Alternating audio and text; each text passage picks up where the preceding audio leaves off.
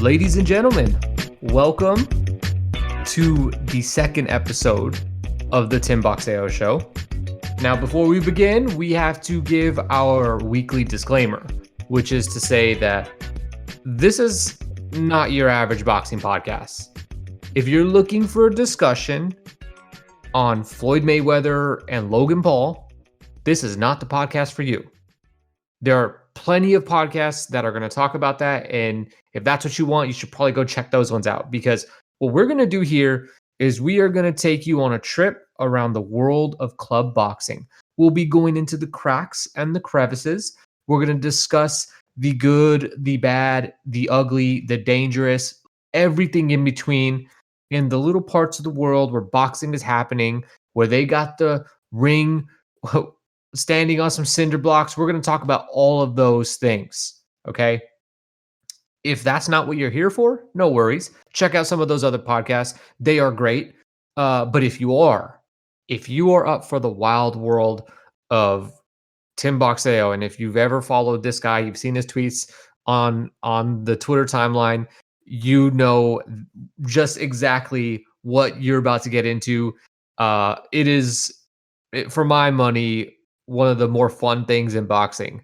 So let me introduce the man of the hour, the TC Boxing Hall of Famer, the most reliable source for results in sports betting, the guy who maybe spends just as much on boxing as maybe some promoters. That is Tim Boxeo. Tim, how's it going?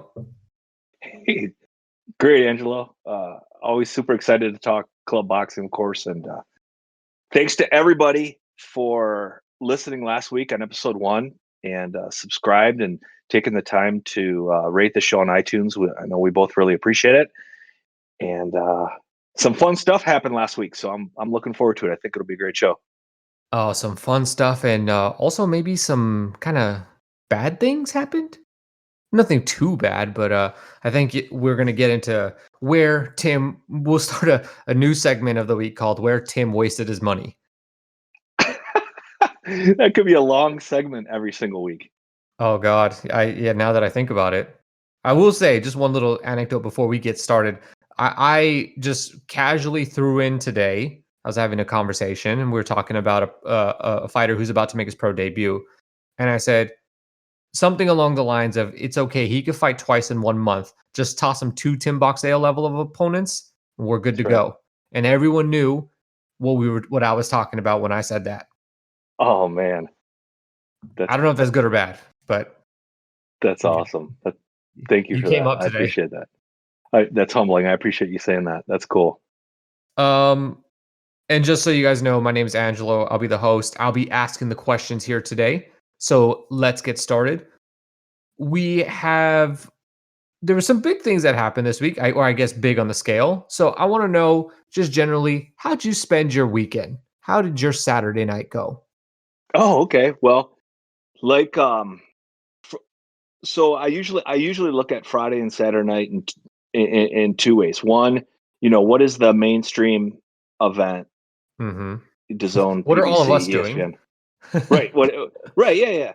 And I watch all that stuff, probably not as closely as I watch the club level stuff, but as an example, so Saturday night I had the Navarrete show on ESPN, and then I had my laptop ready for what I was really zeroed in on, which was a club show in West Virginia. And I just kind of made a decision on Saturday night. Hey, what's available? I usually grab a pay-per-view at the club level in the evening, and then another laptop for like a Facebook show for Mexico or something, and then usually give DAZN, PBC, and ESPN the big screen, unless something just really shitty's on. But so that's how I spent my Saturday night. We're Switzerland here. I'm not going to throw out any examples of fights, so you'll have to fill in the blank there on your own of what it is that Tim is alluding to that maybe isn't up to snuff for him. Yeah, well, let me tell you about Saturday night in a little more detail. Yeah, right. So So this is a good segue into the story of the week. So the way I ended up playing out Saturday night was there was actually a good handful of shows from Mexico. So I was kind of going back and forth on some tabs on my Mac, one of my MacBooks with Facebook shows. Like I said, I bought the Vienna, West Virginia, of all places, pay per view. That was 19.99 plus tax, and I put Navarrete ESPN show without sound up on my big screen. So I purchased a club show from West Virginia, and actually, the broadcast itself was fantastic. I mean, Hmm. things are all over the place, as you might imagine, with independent pay per views. And like you said, we should probably add a new segment. But this stream was crystal clear. I mean, H HD 1080, crystal clear, no buffering at all.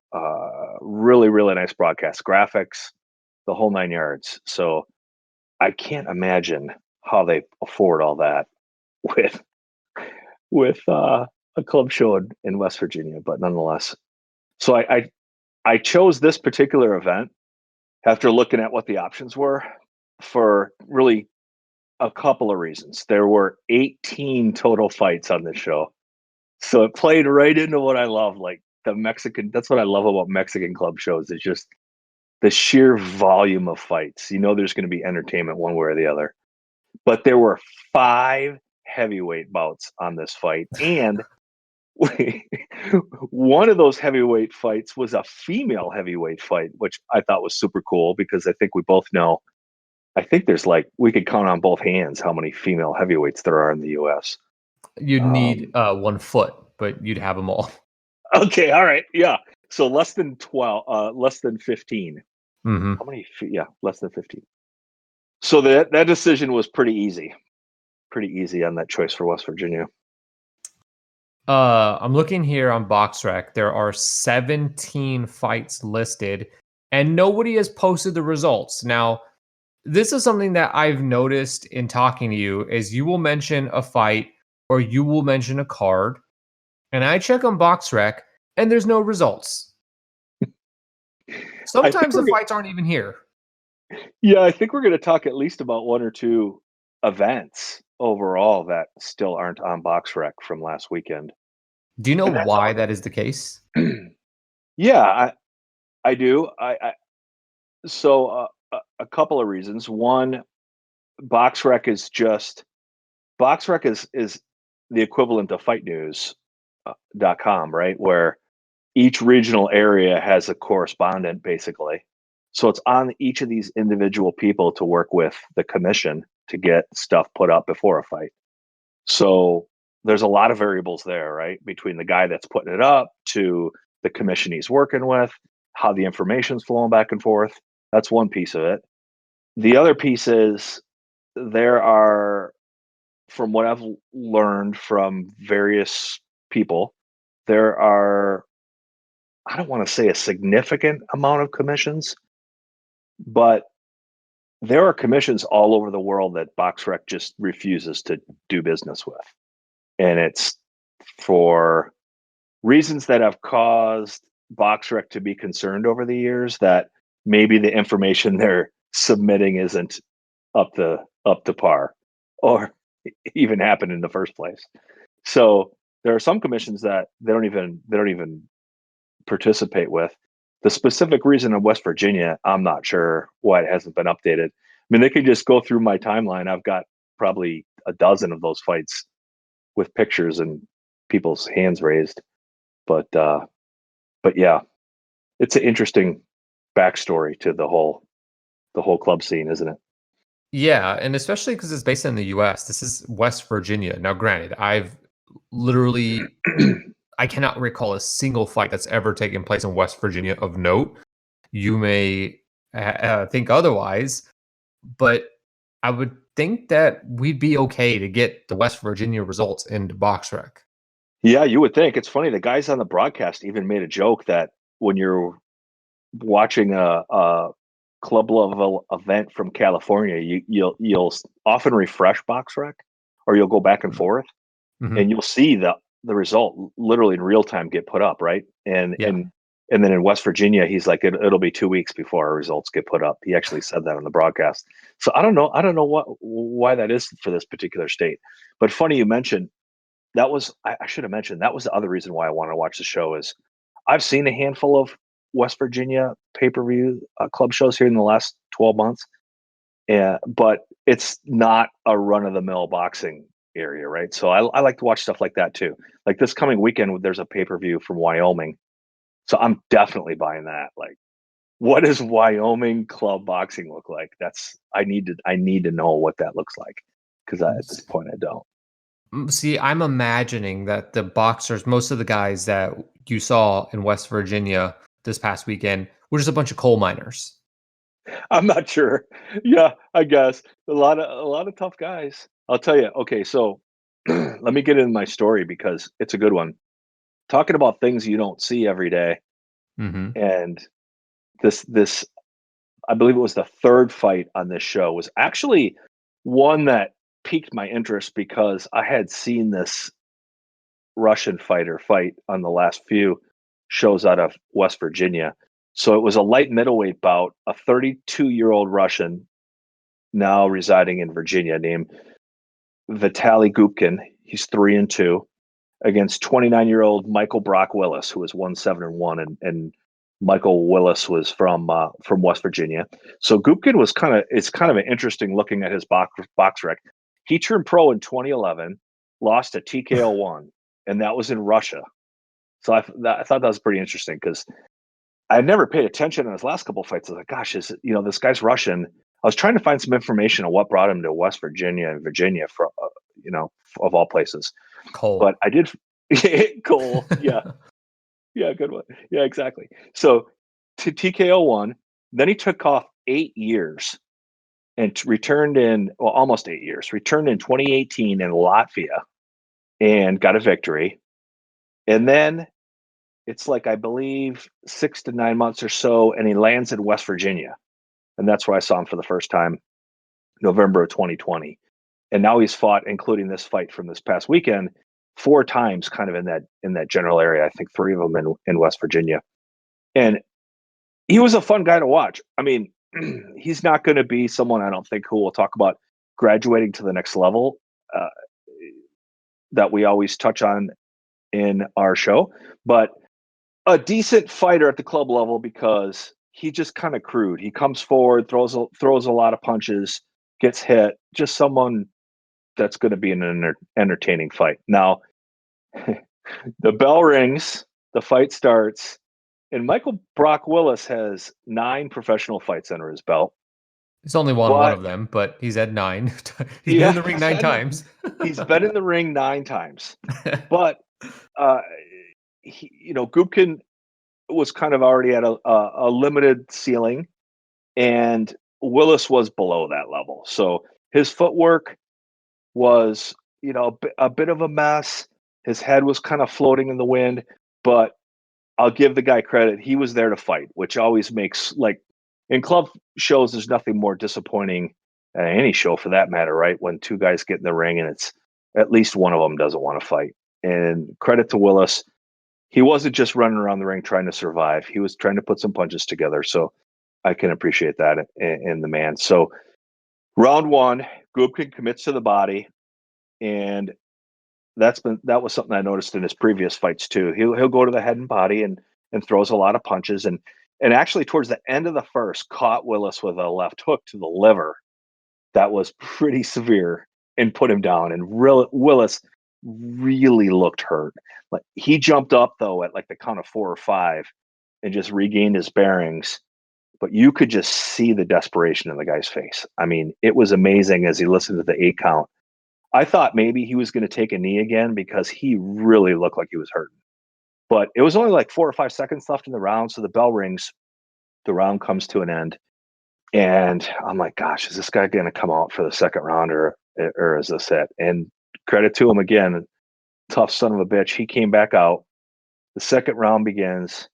Gupkin's clearly in control. Willis looks even more awkward now than he did in the first round. Like, he just kind of, I don't even know how to describe it. He looked like a bird on ice skates or something. It was just kind of all over the place. Looked a bit gassed. And Goopkin then lands a hard uppercut. And then, and then otherwise, and it kind of staggers Willis a little bit. And then he throws a hook, two hooks right in combination. And it's about halfway through the round. Willis receives the punches, and it didn't seem like he was going to go down. And I rewound it and watched it again about 10 times because what I'm about to tell you that happened, I was trying to understand how this happened. So he took those two punches. He kind of delayed for a second or two. And granted, we've only fought about 4.5 minutes total at this point. And then he falls to his knees and then kind of sits back on his heels, almost like you do as a kid when you're sitting in the second grade roundup or whatever, sits back on his heels with his butt, and then really quickly gets up, hunches over, and just starts vomiting. And I think that's the first time ever that I've seen a boxer, and I've, in talking to some friends, seen it in other combat sports that I don't watch. I only watch boxing, but I think during the fight, that's the first time I've seen a boxer vomit. But what makes it even better is the announcer, as soon as he throws up, the announcer says, screams at the top of his lungs, "Oh, that's barf." And then Willis throws up again, and the announcer then says, "Oh, that's more barf." And Willis throws up 3 times, calls for a towel from his corner. They toss him a towel. Does that mean Goopkin's the kind fight's of just, over? yeah, that the fight's definitely over at this point. Goopkin, the referee, is just waving the fight off like you would wave off a normal fight, right? I mean, we can laugh at it now because I tell you, and I shared this with you, is that he Willis was fine. He went to his corner, actually went over to Goopkin's corner and congratulated him. He was fine after the fight. Walked out of the ring. The doctor checked on him after they were talking about it on the broadcast, and everything was good. But what makes it so funny is the referee is just waving his hands calmly over his head as if he's just waving off another fight, and this guy is hurling in the middle of the ring. And I'm not talking about like a handful of fluid. I mean, he had a full dinner and at least a couple of large Gatorades come out. And Goopkin is just confused. Like he looks stunned. He's kind of just walking around, wondering how he should respond. His corner man jumps up on the ring apron, Goopkin's corner man, and signals to him like, "You just won the fight. You need to raise your arms above your head," kind of like you see at the end of 12 rounds when the corner comes in and tells their fighter to get up on the ring apron and or get up on the ring post and celebrate, let the crowd know you won. It was Mhm. kind of one of those gestures. And I'm thinking to myself, this probably is not the right time for that. Like, we don't really know what the hell's going on with Willis at this point. But I got to say, that is one of the oddest scenes I've seen in a ring probably in the last 3 to 5 years. And Oh, I thought you were gonna say 3 to 5 minutes. yeah, no, 3 to 5 years. It's definitely top five of the oddest things I've seen here in the last 3 to 5 years. So, I would say that maybe the more, suppressed reaction probably was because they heard the ringside commentator tell everybody what it was when he was yelling, "That's barf." Yeah, that could be. I was dead quiet at that point, so I think that's probably true. Imagine being like the commission official sitting ringside who's just like keeping time, and then you just start getting hit with specks of puke. Oh man, it was bad, That's and probably why it's not on Boxrec yet. that could be contributing to it. And the poor guy that had to go clean it up. It was like I was in an alternate universe pre March 2020 because no mask and unfortunately no gloves, and he's in Oh, there with a towel a wiping up the ring towel? with a towel. And I got to A tell you, this was towel. more than even a beach towel could have handled. But this whatever they're paying that guy, it wasn't enough. I'll tell you that much. they couldn't even give that guy an O-Cedar mop. It would have been a perfect time for a mop. Back to a discussion from last week's show. Yeah, Was it the but that mop was used for like rain though? yeah. I've seen it used for rain and spit and everything else that ends up in the corner. Just kind of Um, general. Yeah, just a thought that I've had, and I don't know when I'm gonna ever say it, so I'm gonna say it now. I don't right. understand why between rounds they don't mop the ring like you see in the NBA. Like every time, like the players go to the other side of the court, the opposite side of the court with no players gets mopped up for any sweat that might have fallen on the wood. Well, how come we don't do that in boxing? I think it well, I'll solves tell you, some issues. well, I'm sure you've seen this. I mean, outside the U.S., you have one of two contraptions. You have either the big, huge, almost like someone cut the bottom off of a keg barrel if it was plastic. Hmm. That's maybe 4 inches high. And when the fighter's getting ready to come out of the corner, they just lay that down there, and the fighter steps into it, and then they pull it out when he leaves, and then the corner's dry. Some of them more in the Asian countries where the rings are a little more advanced. That thing's actually on like a arm, and it just swings in along the ring apron, ring apron, and then the guy steps in it, and then they just swing it back out when they go to start to fight. I don't know why the U.S. doesn't adopt that. So many millions of dollars in the mainstream level of boxing, and we can't come up with these sort of like quality of life improvements. But on the club level, well, not in West Virginia, unfortunately, for that person who probably didn't get paid that much and was on his hands and knees, probably puke soaking through his jeans, cleaning up barf. And that was only the third fight of the night. So there were 15 more to go.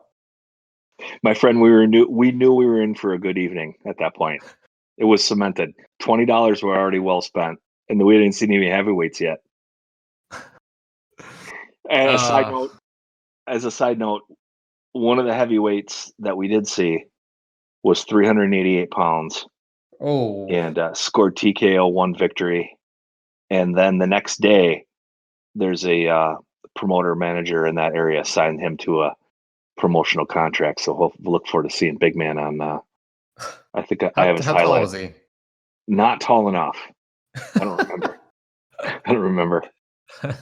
So that's a story for the week. I thought that was one of the highlights of my weekend. A guy throwing up in a 388-pound heavyweight that is not tall enough to sustain, or maybe not sustain is the right word, but not tall enough for that weight. That's right. All right, well, tell us about the a few of the really good fights that we might have missed out on this weekend. Yeah, one really good one. And let's go back to the Mecca of boxing. And of course, I'm speaking of Big Punch Arena in Tijuana. And Saturday was a glorious day to be a club boxing fan, and especially a Mexican club boxing fan, because as I alluded to last week, we had two back to back cards at Big Punch Arena on Saturday. The first one kicked off about noon. There were about 18, 19 fights on that one. And then they went back to back at then about 5 p.m. And I'm talking about Pacific time. And there were almost 20 fights. So there's upwards of 40 fights held at Big Punch on two cards on Saturday. And I tried to commit to the whole thing. Life got in the way a little bit during the middle of the day, and I had to take a break. But I was really focused on trying to watch all 40 of those fights, but unfortunately it didn't happen. Anyway, on the first card, there were a handful of fighters from California fighting, and this has been pretty typical over the last, well, probably a long time, of course, but especially over the last 12 months or so, once Big Punch did shut down for 2 or 3 months during the pandemic, and then they got up and running again. And once they got up and running again and started holding shows, or the Tijuana, Rosarito area started holding shows, is probably a better way to say it. One of the promotional outfits right across right across the border is H2O Promotions, and Mm-hmm. it's a pretty new promotion because it's one that was created by 17-year-old phenom Ashton Silve, who is 4-0, I believe, at this time, and he's got 4 or 5 of his uh, friends or fellow fighters that fight kind of in that San Bernardino.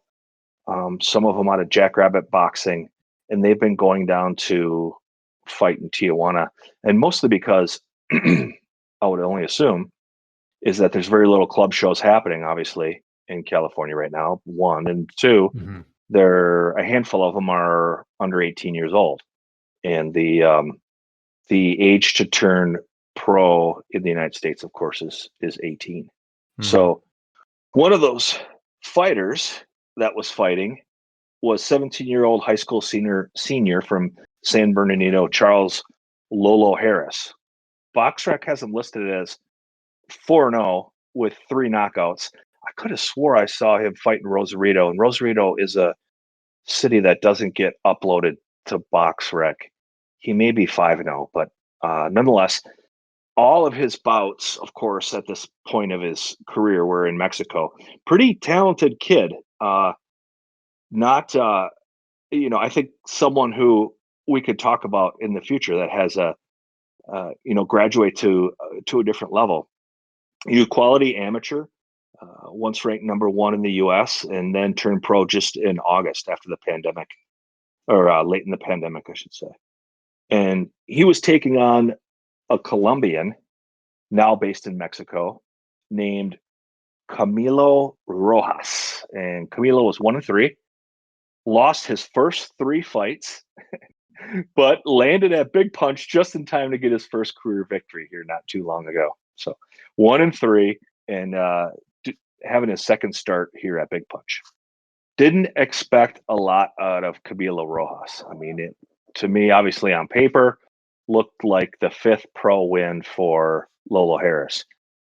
And I tell you, halfway through the first round, Camilo Rojas looked pretty crude. I mean, just going in and applying pressure, and Harris's pedigree served him well because he used that aggression against the Colombian and dropped him with a really nice counter shot out of the corner in the first round. So Colombian goes down hard. There's probably, I don't know, 15 to 20 seconds left in the round, and I'm like, all right, we're off. Harris is going to finish this thing off. But Rojas gets up. Round comes to an end, and we fight on. And in the second and third, it was interesting. Harris wasn't planting his feet and throwing anymore.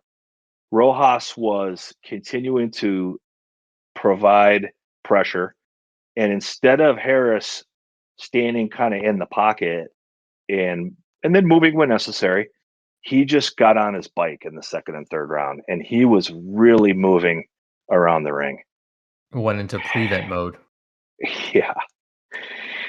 And I think you know where this story is headed because we both know, I mean, especially for a young kid, right, who's 17 years old, when you start doing that, you end up starting to back up in straight lines. You start getting yourself into bad positions.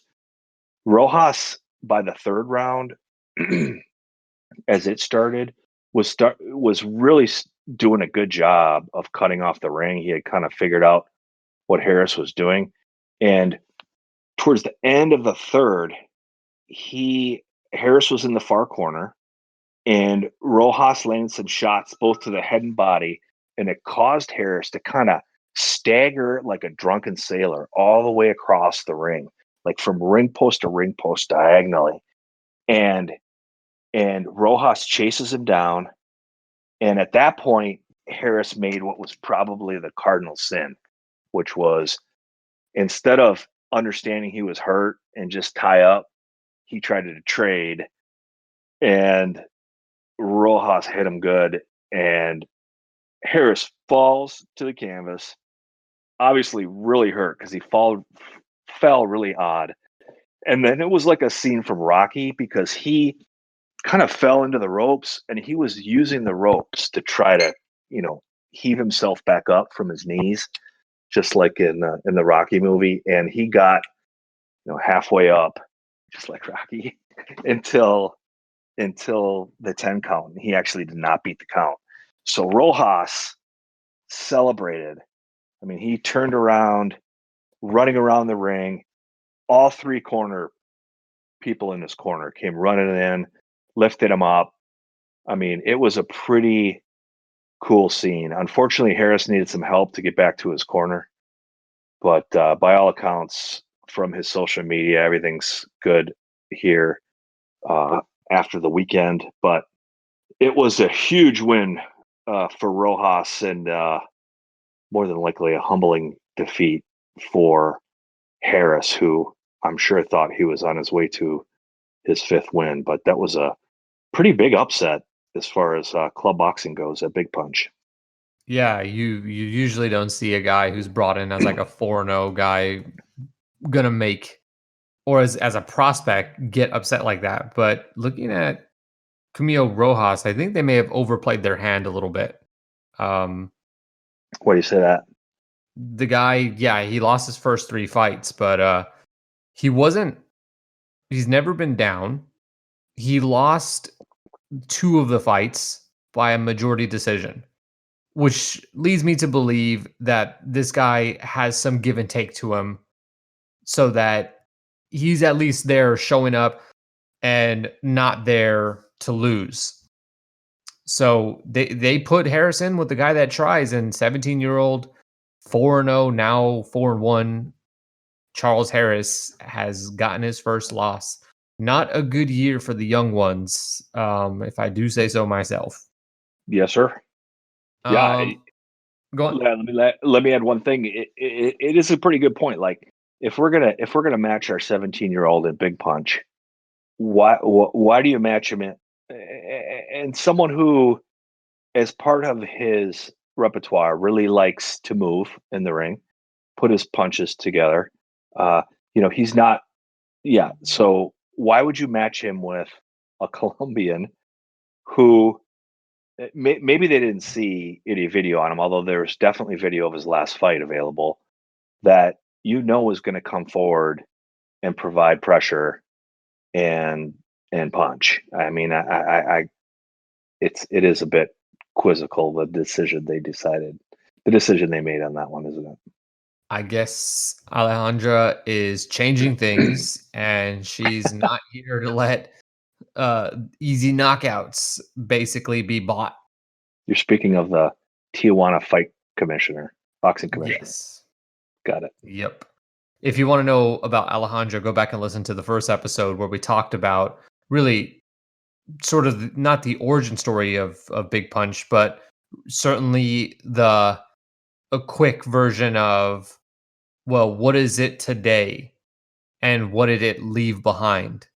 Let's talk about what you got next. You talked about something that I looked at and I was like, wait, what? He's still fighting? So I gotta ask, is this are we thinking of the same guy here? Are you speaking of Angel Beltran? No, I'm speaking of Jorge Paez. Oh, Junior. Yeah. He is still fighting. So I was what we both envisioned for this segment of the show is at least 1 to 2, maybe 3 good solid club fights we could talk about, right?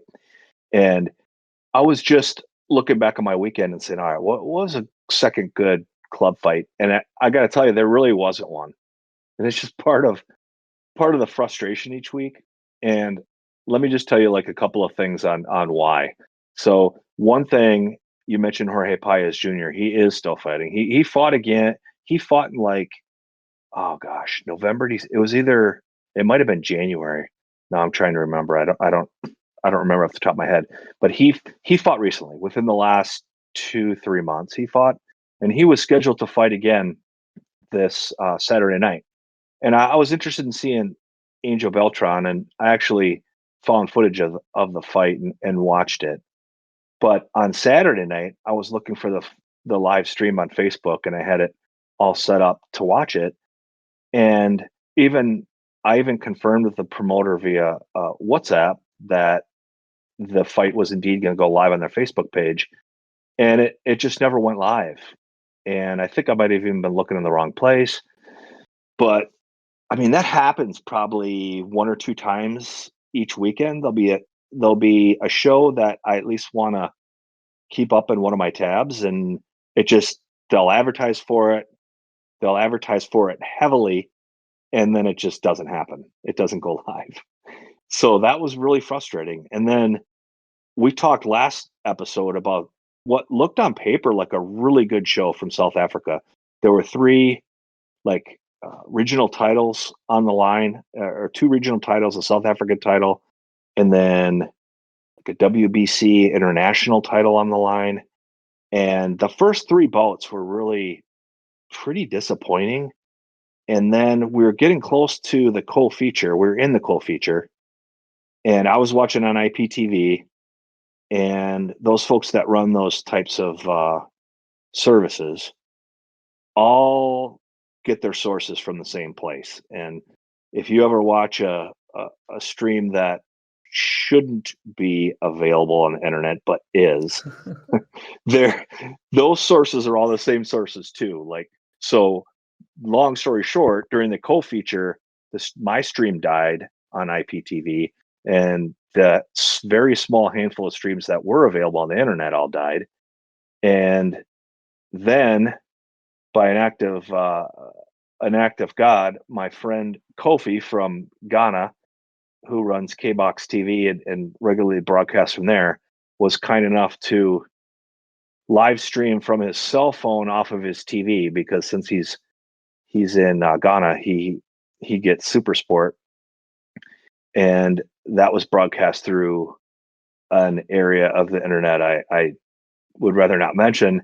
And so some of us got to watch the main event, but it wasn't quite the same, and it really just kind of fizzled out. So I was Saturday between Mexico and South Africa was really disappointing. And then to put a cherry on top, make go from bad to worse to horrible. I was up really early Saturday morning in the US to watch a show from Australia. We'll talk about here in a minute. And then about midnight, there was going to be a live pay-per-view from Papua New Guinea, of all places, that I stayed up too late and then put down 10 whole dollars to watch. And unfortunately, when the broadcast went live, they were showing the pre-recorded package of weigh-ins and hype videos and everything. And the pre-recorded package was unwatchable. Like, it was a frame by frame, like 1960s, someone flipping the note cards to watch a cartoon type video. And it did not improve as the broadcast, and broadcast continued. It was so late, I just ejected from it all. So I'm like, there's $10 down the drain, which sometimes I ask for my money back if it's really obscene, but I just let this one go by the wayside. So the second fight of the weekend to discuss today was really more about all what could have been than what was. Right. Seems like this one was a letdown, especially the Papua New Guinea card, because you were definitely looking forward to that last week, talking about how the real appeal to it is I don't know what to expect. And the one Absolutely. thing that you didn't say was that the stream wasn't going to work. Yeah, rookie mistake. Should have known better. It Down that road enough to know better. how is that internet going to travel from Papua New Guinea wherever, however many towers or whatever it's got to go through? Okay, well, I mean, usually we talk about the low lights each weekend, and I mean, I don't know how there could be anything lower than this, but I think you're going to deliver us some of the low lights from this past weekend. Yeah, no, and I've got two for you, and it comes from one event, Oh and wow, it'll be they won pretty. an award. It's the award for the weekend. It'll be a pretty condensed discussion, because there really isn't much to say about both of the fights. But kind of mid morning on Saturday, I paid $5 for a Facebook live stream from Wuppertal, Germany. And as an aside, I wonder when and I've paid for probably 25 to 40 $5 Facebook streams over the past 12 months. And when I'm sitting there watching them and it tells you how many people are watching, and this one was like 20 to 25, you got to wonder what the point is of even collecting the $5, right? Like, couldn't you get more bang for your buck by just putting it out there free? You'd probably get more than 25 people to tune in.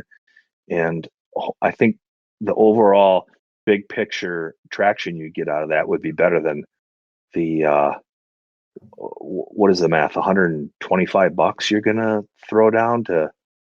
I mean, what do you even do with that? Buy a new mop?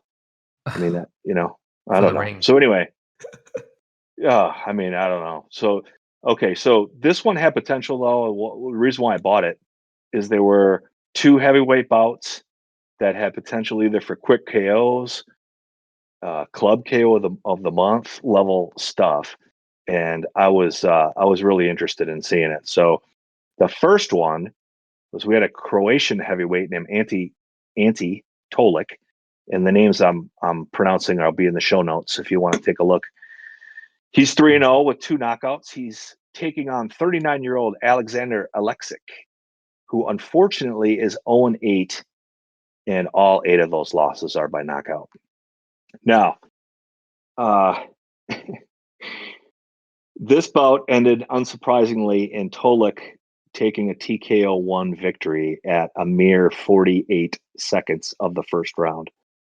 So Tolik's first knockdown of Alexic took only about 20 seconds. It's what I would imagine, Angelo, if me and you got into the ring with a professional fighter and understanding for the first time ever what it feels like to receive a punch by a professional fighter, because Tolik cut off the ring really quickly within like 15-20 seconds, and then landed a shot on Alexic that landed right in the gut, and it just looked like it shocked him because he bent over. He didn't even go down, but he bent over like, holy shit, I just got punched in the gut by a professional fighter, and just held onto the ropes. The ref gives him the old standing 8 count. Tolik just kind of trotted backwards, and then it was crazy because it it was difficult to tell if the video skipped back 20 seconds or if I just watched the same thing again, because the next 20 seconds replayed themselves in the ring, and Tolik cut him off again, landed another gut shot, and the fight was over. The ref didn't even he as soon as Alexic went down, the ref was like, all right, that's enough. And pretty common in these club shows when they see these mismatches and somebody goes down once or twice, the ref's like, yeah, that's enough. That's a W. So that was 48 seconds of pure entertainment in the first heavyweight fight on the card. Just defending my honor here, I'd need to get hit with 3 body shots before I quit. That's you, man. I'd go down after one. So you're stronger Also, than if I'm that. getting in the ring, I'm not getting in the ring with somebody that's going to throw body shots. I need Deontay Wilder. Just make this quick, okay? Yeah, get it over with. I don't even want to remember the day. Yeah, You I know can what to do. respect that. I can respect Uh, that. okay, well, what else happened on the card, if not for our inexperienced friend, Alexander Alexic, Mhm. who suffered yet another knockout loss? The second heavyweight fight of the show, I was expecting a little more from, because we had an Austrian of all folks. That was kind of interesting. 25-year-old young guy, 4-0, 3 knockouts, was taking on someone named Vyacheslav Radevsky, who was 3-3. So I was expecting a little bit of fight from Radevsky. Maybe we could get a couple of rounds in here. Unfortunately, this one was over in only 46 seconds, eclipsing the previous heavyweight fight by 2 seconds. Now, this one was bad in a different way. So our Austrian heavyweight, we'll just call Darden because I don't want to butcher his last name. we'll just call him by his first name, just threw about 5 or 6 rangefinder jabs out, nothing that even landed. But he backed Radevsky up to the ropes and then landed a left right to the midsection. And Radevsky went down like a like a bag of rocks. I mean, he went down to his knees. Made it up before the 8 count. But once again, the process exactly repeated itself. And Darden did the exact same thing, few rangefinder jabs, nothing landed. And then left, right to the gut. Radevsky goes down, TKO 1, the fight's over in 46 seconds. I really wanted to talk about this, not only because both fights ended up playing exactly the same in the scenario, the events in the ring that replayed themselves in like 20 seconds, then repeated themselves, and the fight ended in both within about 45 seconds. But just kind of an overarching theme to a lot of this stuff that I either watch or and then see uploaded later to YouTube. Like, I just ask myself, why would you? We know that this stuff happens in professional boxing all over the world. Mhm. There are sometimes I just scratch my head and wonder why they broadcast it. Like, some of this stuff just doesn't need to be seen, and then they double down on it, and you'll see the stuff then get uploaded later to YouTube. And back to our box rec discussion, my only conclusion in some of these smaller towns around the world is just the confirmation that this stuff actually went down. But I can't think of any other reason why you would promote this. But Was there a crowd? no, no, it wasn't. It was behind closed doors in Germany, so it was just Maybe they hate each ancillary other's guts. ancillary people. I don't know. It wasn't. Maybe Darden and Zeshevslav hate each other's guts, and Zeshevslav said, "I know I'm 3-3 and you're 4-0, but we're gonna keep fighting until I get my 4th win." I Because have I no can't idea. think of any other explanation. I can't either. It was $5 well spent. I really enjoyed watching those 2 fights, as crazy as it sounds. The rest of the card was pretty boring, but I felt like I got my $5 worth out of those 2. It seems like, yeah, this wasn't like a super deep card. There wasn't 18 fights here. It was only a handful. Yeah, only like 5 fights. All right, well, that's the lowlights. No crazy rings this week. Uh, no unsafe medical team that was on standby. Nothing like that. No, not this week. All right, well, the next thing we talk about is who's ready to leave the world of Tim Boxeo behind. Is there anybody that they may be finding themselves on, let's say, a big network undercard where they will now enter your blind spot? Well, I guess the disclaimer to this story is that, in all fairness to Australian super featherweight Brock Jarvis, he really isn't fighting at the Tim Boxeo level, right? It's a main event and a pretty decent sized show in Australia, actually in a place called Australian Capital Territory in Australia.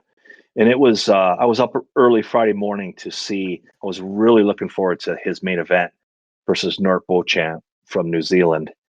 So Jarvis has fought beyond obviously the club level, but the reason why I wanted to talk about it was just that. I mean, for the United States, right? You and I can both attest to this.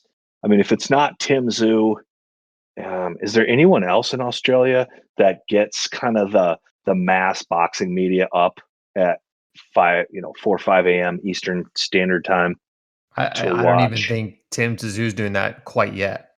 But Yeah, he's the okay. closest we got. Yeah, he's probably the closest, I guess, right? Uh, so that's why I want to highlight it, only because I think, at least from my eyes in this last fight, and I've seen Jarvis fight a number of times now. I don't know what level he'll ascend to, but he's definitely going to be in a high level bout here really, really soon. So he was the main event in this card. He's 23 years old, 19-0, and he was fighting New Zealand's super featherweight, 5 foot 5 inch Nort Beauchamp. And Jarvis is about 5'8", 5'9". So, and Beauchamp's 18-3. So the height disparity was significant visually in the ring.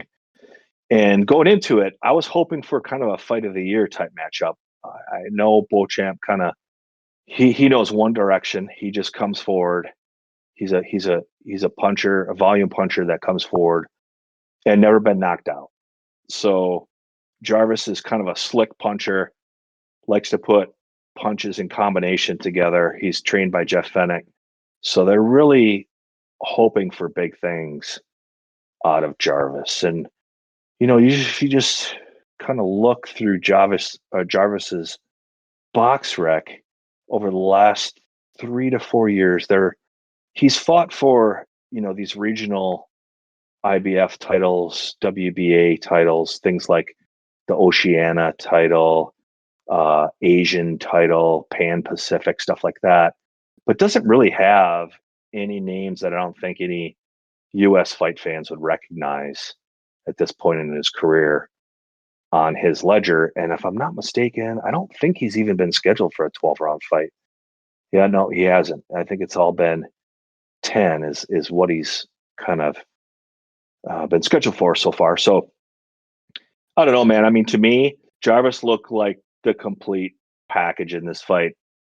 I mean, he throws hard, fast combinations. I mean, he's going to the head and body. And what I was equally impressed with, and from my Australian friends that I was watching this fight with, along with on Twitter live, is Beauchamp. Honest to God, I don't know if I've been more impressed with a fighter's courage. And I mean, this guy is made out of iron. I mean, Jarvis by the fourth and fifth round was just beating the shit out of him. I mean, hard combinations to the liver, to the head. And Beauchamp not only continued to walk forward, but he continued to walk forward and let his hands go. I mean, granted, I don't think Beauchamp is a world level fighter in terms of us gauging what level Jarvis is at, but I do think for me Jarvis passed the eye test.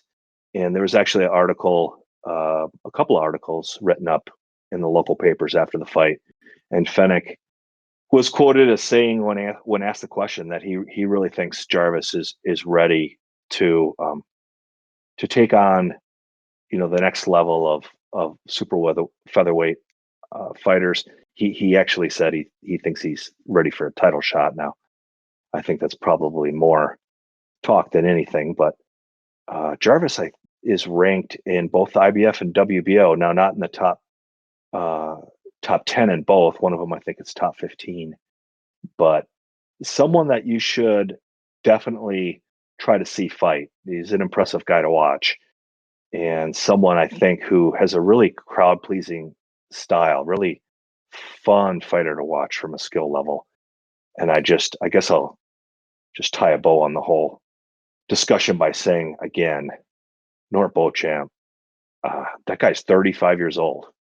I mean, the shots he was taking, I just couldn't believe it. Never been down, and still never been down, because the fight ended with a TKO victory. The ref was like finally just seen enough, but he took a hellacious beating from Jarvis and wanted to continue fighting. Man, he argued the stoppage. It was an unbelievable scene, and I'm glad I got to watch it.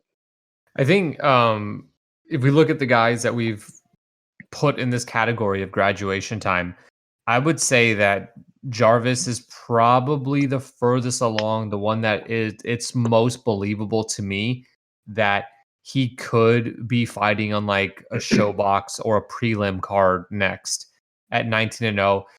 Realistically, though, the way at least my cynicism setting in, I think Jarvis most likely will get a few more opportunities in Australia where he fights veteran type of opponents that elevate his rankings in the WBO or the IBF.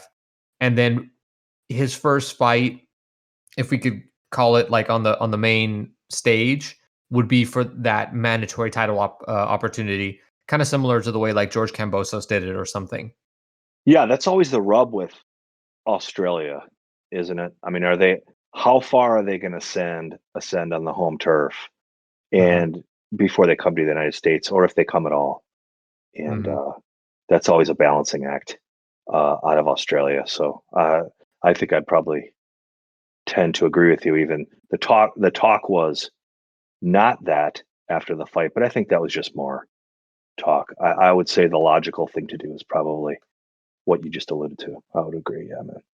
All right. Let's move on to my favorite part of the week. Is who is it this week that it's like, wow, you are still fighting? Well, I'm sorry. I hope I don't disappoint you because if this is your one of your favorite parts of the week, the two that are jumping off the page are not really a part of my wheelhouse, which is Chris Areola, of course, and then well, oh geez, South Africa's can you say it? Marudi? Matlani. Matlani. We have Yeah. to very very quickly say the M at the beginning of his name, and that always gets me throws me. Matlani, uh, facing Sonny Edwards, but Matlani's had one hell of a run, man. That guy's 36 years old, 37 years old, but Yeah. 38, I think. 38. But I didn't want to waste our time with something so mainstream as that, Hmm. so I instead not only I just wanted to flip this bit just a little bit this week because there really wasn't anyone that was a grizzled veteran that we could talk about. And so instead, on the very same card from the UK on Friday, I don't think I've seen this guy before, and I thought it was pretty interesting. So not only, or excuse me, not is he still fighting, but should he be fighting, is what we'll call the segment this week. Should he be fighting? But I think we can agree that he should be because this is the type of fighter that in a lot of areas on club shows makes boxing go, right? And Hmm. it's 25-year-old Naheem Ali, and he's fighting on the Sonny Edwards card, Matalani Sonny Edwards card on Friday. And he is 25 years old, and his record is 2 wins and 66 losses. Now, none of those losses have been by knockout, which is amazing in and of itself because he's not coming in these fights to be matched evenly or win in any of these fights that he's in. And the story gets better because he turned pro in 2017. So it's not like at 25 he's been fighting for 8 years, right? 7 years. So he's been fighting just barely 3 years. And in 2020 he only had 3 fights. So this guy has put together 66 fights in basically 2 years and some change in the UK. And he's going rounds. I mean, he's going 6 rounds, 4 4 rounds. rounds. And you see this in the UK, I think, a hell of a lot more than you see it in the United States, where and our friends in the UK can share. I don't have anybody off the top of my tongue, but I mean, there are guys with 100 plus losses in the UK being brought in every week now with a handful of knockouts. But when somebody's making their pro debut, someone who like on Friday at your call, someone named Joshua Frankham, who I'm not familiar with, but he's 2-0, and he's going to fight our guy Naheem Ali. And I tell you, man, I got respect for somebody like this. It's amazing. This guy had this one span in 2019 where he fought every week for 5 weeks straight. It's This dude is awesome. putting in work. Oh my gosh. And Then let's he see how. took like 2 weeks off and came back and won like his first or second fight. That is so crazy that somebody is this active in such a short amount of time. Like, my God. And he weighs in, like, his weight fluctuates too. He weighs anywhere from 140 up into the 150s. It is kind of wild. Man. And when I somehow think about he's never ran into like a top tier prospect because I'm looking on his resume. He doesn't really have anybody that like sticks out now. Is like, oh yeah, he's good. no, I don't see anyone. I don't see anyone either. And Yeah, nobody. uh-uh. And normally, when I think of these guys in the UK, I think of them a little longer in the tooth.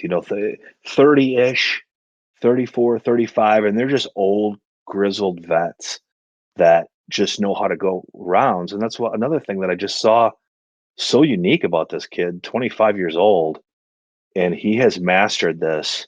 And I tell you, this is a guy to watch because I don't know if Reggie Strickland has the record for 297 losses or whatever Reggie has, but if this guy keeps chugging along and sticks with it, he's gonna. I mean, gosh, at this pace, it's not going to take him very long to get to that level. But Oh, I'm we going to got a watch him fight, workhorse man. here. I'm sorry. What'd you say, I said we got a workhorse here. dude? I mean, I don't know how far down on the card he's fighting. I can't. I'm sure it's early. I don't know how much of a prospect Joshua Frankham is, but The I guess my UK. point. Oh, go on. I was just going to say my point of it is he can't be getting that much money to fight on the deep undercard of this show. That's why he fights every week. That's right. they Yeah, that's right. they pay him by the hour. Yeah, Apparently by the it's round true. too, because they all go the distance. That's true. Yep. So I thought that'd be a fun one. A little I'm more pretty sure he's fought somebody who a friend of mine had messaged me and said, "This is my friend. He's a pro fighter." And I looked at him and I was like, "He's not very good, is he?" And I'm pretty sure that this guy got beat by Naheem. I'll be darned. That's not yeah, that's not something you want associated with your beginning in the pro ranks. But look at back in 2019 in April, his second win, someone named Mhm. Darren Townley. I'm not familiar with Darren, but Darren was 8-2 coming in. Yeah, Like down. Darren apparently knew how to fight at a minimum. Yeah. Uh, And that was Darren fought TKO somebody that one. was 11 and 227. See, Christian Late, there's great stories in the UK about these guys that nicknamed Mr. Reliable. When your BoxRec page has your BoxRec page has 3 pages, you really got into it. yeah, Kristen Lake, 11 and 227 at the time they fought. That's amazing. That was only in 2016. And then 2017, our friend Darren fought littered with national B-side guys that just know how to go These rounds. guys in Christian tournament, only knocked. like anybody who's got like a win percentage lower than 5%, you're welcome. And you fought. I Yeah, finally. although that, I think That's not. you're very likely you're buying. That's a fair. It's a fair All right, Friday. not holding a And the grudge. neat thing, the, the neat thing about this one is we have a two-parter. So we've got the undercard free to stream on Facebook, and then they're holding just the main event on a single purchase pay-per-view. And they don't have the pay-per-view link uploaded yet, so I'm not sure how much it is. But I only want to see the undercard, so I'm okay with it. And and the reason why I want to see the undercard is just this one heavyweight fight. There's a fighter from the Congo named Artie Ndembo who is 2-0 with one knockout. And anytime I see a fighter from Congo, I'm going to watch. And then I clicked on his box rec, and he looks like a mean son of a bitch. So I'm like, this is a guy I want to see fight. And to make it even better, his opponent is someone from South Africa who I'm not familiar with, but his name is Wikus Ludiki. And Wikus is 0-7, and all 7 of those losses come by knockout. So I will be paying close attention for this fight to come in the ring. Yeah, I'm And curious how this one's gonna end. Can't quite figure it out. I mean, this is the way I approach the fight weekend. This is something I have to see. So interestingly enough, our guy Wikus has some names of his 7 losses, 7 by KO. Knife Didier is a bit of a local legend. Wait, his And name's the Knife? Knife, yeah, Oh, wow, it is. His name is actually Knife. yeah. He lives in South Africa, but he's a DRC guy, 41 years old. Just saw him fight in Hamburg, Germany He here fought two Michael ago and tuned in Wallish. for that. Yeah. Oh, Knife's wow. Knife, Knife was in that fight for a while too. We got knocked around. But so our guy Wickus fought Knife. Our guy Wickus fought Igor Shevedutsky from the Ukraine, whose nickname is Hulk. He is 7-0 with 7 knockouts. That guy's a maniac. I've seen him fight like 5 times. And then the legendary South African Tian Fick, who was 9-0 with 5 knockouts at 37 years old, and he just fought Josh Pretorius here in December for the vacant South African heavyweight title and won it. So Wickus has made the rounds in only 7 fights. So, gosh, the more I look at Wickus's box rec, the more I'm excited for this fight. I don't know if that's right or wrong. He's I guess fought some names, but also he's been kind of battered in these fights. Yeah, he has been. Uh, All right, so that's number uh, one. and Unless you got something to add. Dembo does not look like the kind of guy that you want to be trifling with in the ring. I imagine we may have potentially a club KO of the month this weekend. I think so. And like I said, I clicked on it and just saw his picture, and that sold me. And then I saw Congo, and I'm like, all right, 2 for 2. And then, and I'm ignorant. I don't know the difference between Congo and One's Democratic Democratic, Republic of obviously. Congo. Well, of course. But other than that, that's all I know. But he's a Congo fighter, not DRC. And then when I saw the opponent, that was the trifecta. So I'm like, He's all right, like, I'm in. oh, this So guy's lost 7 times, and each time he's been knocked out. Purchase. yeah, that's a purchase. Actually, we're going to see it free. So that's number one. Number two, and there's a little bit less on this one, but I think it'll be a great show. I mean, overall for me, for my money in 2021, Australia has been where it's at for club boxing. Big Punch, of course, is Big Punch, but then a close second is Australia. They've really provided some quality for me, and there's a $20 pay-per-view Saturday morning from Victoria. There's a Australia Victoria State light heavyweight title topping the card.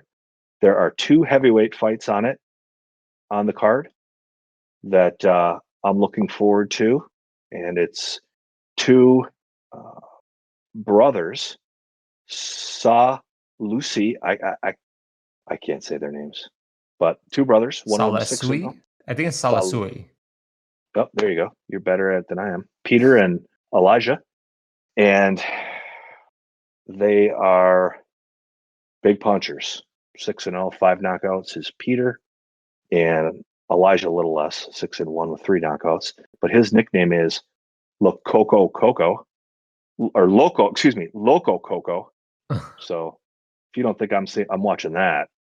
So I think overall that'll be a really fun show. I'm looking forward to that. There's a cruiserweight fight on it, and I just enjoy Australia club level fights. That it provides a lot of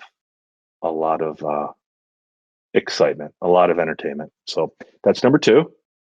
Mhm. And then I'll close with this one and we'll wrap it up. Is exactly what you would expect. We have a card on Saturday at the Mecca in Tijuana, Big Punch Arena. We've got at least 12 fights, 13 fights, and one notable name. This isn't why I'm going to tune in on Saturday, but we do have one notable name. It'll be the 3rd start for young, well, not so young, but Fernando Vargas Jr. actually fighting at Big Punch, 24-year-old, who most people I think have tuned into because, well, his pro debut wasn't very well televised. It was on a club show in Mexico that was a Facebook stream. But this Mhm. last one was because it was Ring City, USA, if I'm not mistaken, in Puerto Mhm. Rico.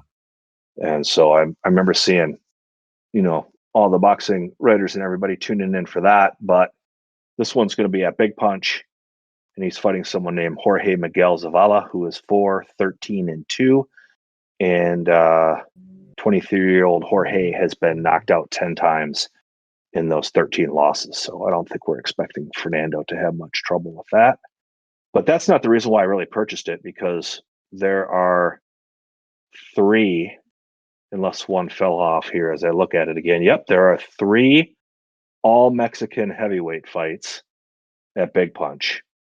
I'm looking at Randall Vircher versus Fabian Haruai. Oh, Randall's from Houston. All right. Combined record of 0-5 between the two of them. Yeah. Is this the famed Big Punch heavyweight throwdown, which features one heavyweight who's never weighed in over 175 pounds fighting at heavyweight? Yep. Versus a guy who weighed in one time at 201 and then the next time was like 253. Okay, hold on. So Randall Vircher, who you just mentioned, Randall's from Houston, and as you mentioned, has not weighed in more than 175 pounds. However, he has also not weighed in since 2011. See, you talked about this before, where you have guys who have these long layoffs and then they come back and they are like double in size. Right. Yeah. And Fabian looks like he's going to tip the scales. He hasn't fought since 2018. And at that time, he was already at 253. Yeah, he was at 253. So hopefully he's 250 plus. Plus, he's got a nickname in here, R15, R-15. I love it. So I don't know what that's all about. I don't know what that is, but we're going to tune in for that. And then we've got Eddie Molina. Eddie's from Texas. And nothing much notable for Eddie. His last fight, he fought at 271 pounds. So that's got a lot of potential. Fighting a debutante in Fernando Perez. Looks like Fernando is a Mexican native. So hopefully we can see big things there. And then last but not least, Juan Torres. Juan's from Cypress, Texas, 34 years old, 5-3-1. And Juan's been in the 250 range, so that's a good sign. And he'll be fighting Ramon Olives. It's an interesting last name. He is 14-15, and this is where I'm getting excited. Ramon is all or nothing. 14 wins, 10 by knockout. 15 losses, 14 by knockout. And his nickname is Pantera. And his BoxRec picture looks like from his pro debut when he was a middleweight. And now he's in the 250 range. So I don't know what there isn't to love off this show. We'll have 3 quality streams that we can likely choose from. Wait, why? Why are there 3 streams for this? I don't know. I guess it's the popularity of 30 people tuning into each one, but there are 3 different Facebook pages. There might even be 4 because this promoter streams on their own Facebook. But there are 3 different Facebook pages that regularly cover Tijuana boxing that also live stream. All right. I think Speechless. Ramon Olivas is this is all or nothing, and I anticipate that there will be a highlight of some form in this fight. We can only hope, man. We can only hope. He's also riding a 1, 2, 3, 4, 5, 6, 7, 8, 9, 10 fight losing streak heading into this showdown with Juan Torres. And in all but one of those fights, he was knocked out. Yeah. That's what we're here for. So that's what he's there for, I guess. Yeah. Any other details from this week? No, that should wrap it up. Should be another good week of club boxing. Never disappoints. I guarantee one way or the other we'll have some interesting and fun stuff to talk about next week. Do you know anything about that bare knuckle card that's going down in Alabama? Only that there's 2 heavyweights atop the main event. I know they were promoting them on the last BKFC pay-per-view, and had both guys ringside, and we're talking to them. That's about all I know. That's how I'm gonna spend one of my screens. I subscribe to the monthly app, which is actually a pretty good deal. I think it's like $4 a month, and you get those pay-per-views for free. So There's, it's there's a guy on worthwhile. the card named Rusty Crowder. That's a great name for like a computer generated boxer. It is a great name. That's right. I forgot about BKFC. That eluded me there for a second. I was going to mention that. I appreciate you bringing that up. Oh, I do have one more thing. Just one last thing. I mean, Mhm. some of the mainstream stuff I'll be interested in. Obviously, I'll have the heavyweight fight, Chisora Parker on a big screen, Ruiz, Ariel, all have it on a big screen. It's interesting. Thomas Lamana, Cornflake, great nickname, Mhm. went down to Mexico and got a couple of wins. And boy, they're throwing him to the Lions this week, aren't they? With Erislandy Lara.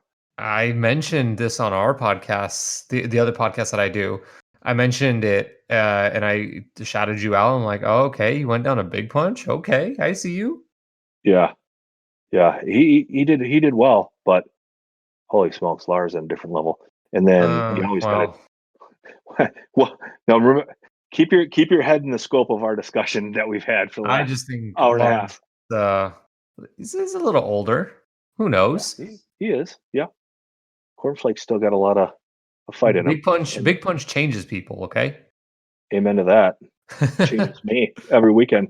And then we've got to tune into Sebastian Fondura. I mean, if it There's one thing Sebastian, that I was kind of shocked when I don't even know how it came up, but it came up when we were talking. We were chatting over the week, and you seem very excited about Fundora. yeah. And I hope it's the same reason that I'm excited about him. But let's hear what you got to say. Oh, really? I don't know I have no idea what you're going to say. I'm excited of him. I mean, he's a freak. Number one, I think that's one Okay, reason good. why we all love him. Yes, And that was what I was going for.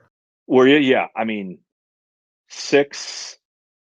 It's interesting. You can find different shades on his height too, like 6'6", 6'6.5". And I don't know if he still says this, but like a year ago, pre-pandemic, he was talking about how he could get down to 147. Like, oh my god, I don't Yeah. know how, but I just I love watching that guy fight, and mainly because he's so freaky looking, and the way he fights is just so abnormal to his body type. It's just he's an action guy. I don't know. He's someone you want to see fight every time out, just because you're gonna see a lot of action. I love it. Even for you, who's seeing all different types of boxing in different environments all around the world, Fundora is one of those things where it's like, I think that's got to be on the list of like top 10 strangest things you can ever see in a boxing ring. It's got to be. It looks so weird. If you've ever seen him in person, by the way, it's even stranger than seeing him on TV. Oh, I believe it. It doesn't look like his legs can, and it's not like he's big in his upper body, but he's just so tall that Yeah. his legs look weird. I mean, it's crazy, but damn, can that guy fight? Yeah. I mean, the first time I saw him, I just laughed. I was like, this is not real. It's not real. Well, that's your first reaction, right? Is this just some sort of gimmick that they're putting on TV? But he's really proven his mettle here in his last two or three fights. I mean, there's no doubt about it. His last fight was spectacular. He was in tough too. There's also Marudi Mithelani, by the way, who I think he made his pro debut in like 2000. Yep. Some of you might not have even been born I'm really in interested the year. in is it's actually kind of an expensive pay-per-view. I think it's like $20, $25, and it's in St. Louis, right outside of St. Louis. It's Mhm. on BoxRec for Saturday. 17-year-old Sam Arnold the third, and Sam debuted at Big Punch just a couple of months ago and won his pro debut. He's pretty decorated U.S. amateur, 7-time national champ, was ranked number one in the U.S. 3 times. He lives in Dallas now, but originally from St. Louis, and he'll be headlining at 1-0. I can only imagine. I've been watching his social media because the way they scheduled this has been scheduled for a while now. I can only imagine his 18th birthday is sometime this week. Otherwise, he wouldn't be fighting Saturday in St. Louis at 17 years old. But the poster says 17-year-old Sam Arnold, so he must be turning 18 this week. So I don't know. I like to watch these young kids. Like that's part of the appeal to Big Punch too, especially after the pandemic. Like I said, Ashton and Sylvia bringing all those guys down there and then fighting regularly. I like to watch the young kids, and Sam definitely had some potential. He didn't fight a slouch. I tell you, in his pro debut at Big Punch, they didn't throw him in with the guy who's been knocked out 20 times in a row, and he got tested a little bit. So it'll be interesting. We'll see what happens. Looking forward to that one. So I'm gonna have to drop $20 on it, but hopefully it'll play. That's half the battle.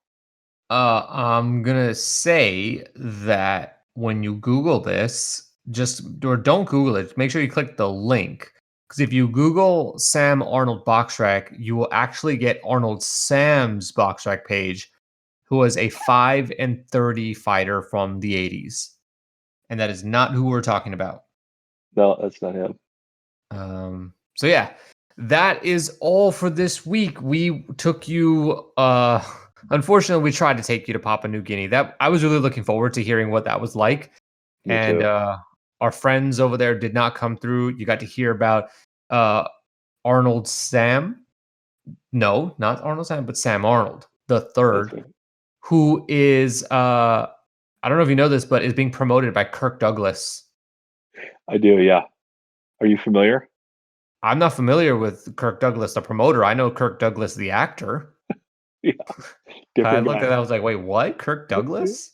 And it Different says guy. senior here too. Yeah. Maybe it's the Uh, same guy.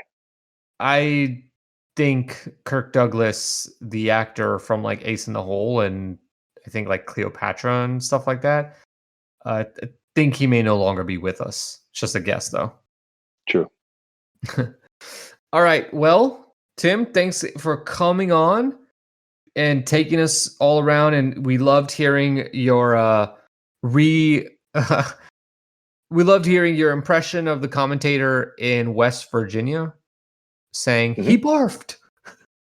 Yeah. Barf. Otherwise, thanks a lot for listening, guys. If you can, definitely leave a rating, share the podcast.